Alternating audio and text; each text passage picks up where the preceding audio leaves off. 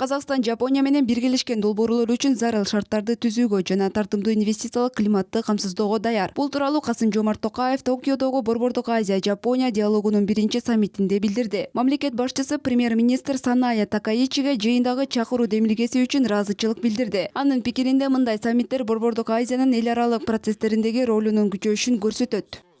Проведение такого важного форума в Токио уникальным по уровню своего развития мегаполисе. Токиодо мындай маанилүү форумдун өтүшү Казакстан үчүн жана менимче бүткүл Борбордук Азия үчүн чоң мааниге ээ окуя. Жапониянын мурдагы тышкы иштер министри Юрико Кавагучинин демилгеси менен Борбордук Азия Жапония диалогунун түзүлүшү символикалык мааниге ээ. Тышкы иштер министрлеринин деңгээлиндеги биринчи жыйын 2004-жылы Астана шаарында өткөн. Бул окуя Борбордук Азиянын башка ири мамлекеттер менен окшош платформаларды ишке киргизүү үчүн үлгү болду.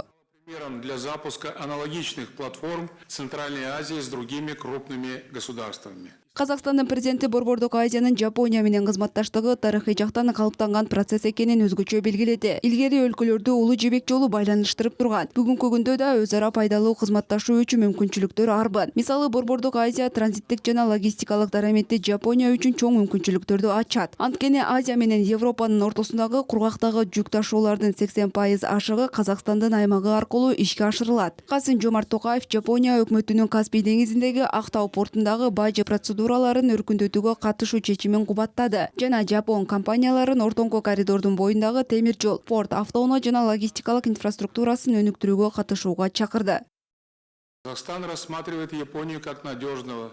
Казакстан Жапонияны соода, инвестиция, транспорт, логистика, илим, технология, билим берүү же сапаттуу адам ресурстары болобу өз ара аракеттенүүнүн бардык тармактарында ишенимдүү өнүктүш катары карайт. Бул саммит Казакстан менен Жапониянын кызматташтыгында конкреттүү натыйжаларга алып келет деп ишенем. Демек, өз максатын аныктайт. Урматтуу премьер-министр, Казакстан Борбордук Азия жана Жапония форматындагы саммиттерди өткөрүү эстафетасын кабыл алууга даяр. Проведение саммитов в формате Центральной Азии и Японии. Казакстан көмүр суутектерди өндүрүү жана кайра иштетүү долбоорлоруна жапон инновацияларын жана инвестицияларын тартууга кызыктар. Өз ара пайдалуу кызматташуунун дагы бир чөйрөсү атомдук энергетика. Бул жерде өзүктүк калдыктарды башкаруу, өзгөчө коопсуздук жана жогорку квалификациялуу кадрларды даярдоо жаатында долбоорлор өзгөчө кызыгууну жаратат. Ошондой эле мамлекет башчысы туруктуу айыл чарба тармагында биргелешкен изилдөө платформасын түзүүнү жана суу чарбасын өнүктүрүү боюнча биргелешкен программаны иштеп чыгууну сунуштады. Саммиттин жыйынтыгында Токио декларациясы кабыл алынды. Бул форматтагы төрагалык эми Казакстанга өттү.